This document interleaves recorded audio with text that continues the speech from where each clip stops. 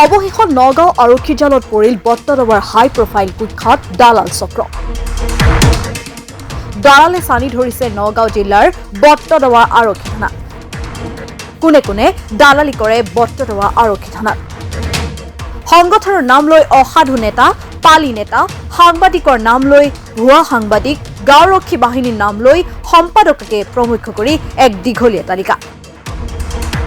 শেহতীয়াকৈ নগাঁও আৰক্ষী জালত পৰিছে নিজকে ছেটেলাইট চেনেলৰ সাংবাদিক বুলি চিনাকি দি দাবী দমকি আৰু ব্লেকমেইলৰ জৰিয়তে অবৈধভাৱে ধন সংগ্ৰহ কৰি অহা বট্টদৰাৰ হাইডুবি গাঁৱৰ কুখ্যাত দালাল ছাদ্দাম হুছেইন।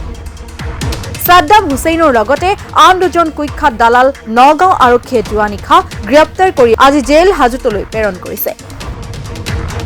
জানিব পৰা মতে আতিকুল ইছলামৰ লগতে আন এজন দালাল পলাতক হৈ আছে বুলি জানিব পৰা গৈছে।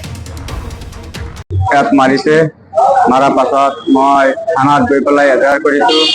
এজাহাৰ কৰাৰ পাছত আমি ন্যায়টো পোৱা নাই কেইটামান দালালৰ কাৰণে।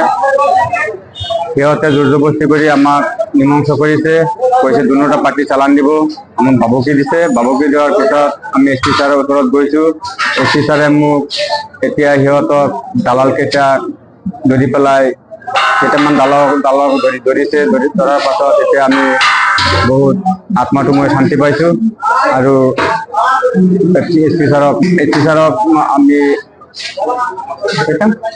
আমি ধন্যবাদ জ্ঞাপন কৰিছো এই দালাল কেইটা এৰেষ্ট কৰাৰ কাৰণে। আমি বহুত ভাল পাইছো, এতিয়া আমি বহুত শান্তি পাইছো। মোৰ আশা আমি এই কেছটো আমি ন্যায় পাম বুলি এছ পি ছাৰৰ কাছে অনুৰোধ জনাইছো। মাৰপিট হৈছিলে, হোৱাৰ পিছত আমি থানাত গৈছিলো, গৈ পেলাই এজাহাৰ এখন দিছিলো অচি ছাৰৰ হাতত। এজাহাৰখন দিয়াৰ পিছত আপোনাৰ ঠিকেই আছিলে, কেইটামান দালালৰ কাৰণে আমি ন্যায় বিচাৰ পোৱা নাই। তাৰপিছত আমি এছ পি ছাৰৰ ওচৰত গলো।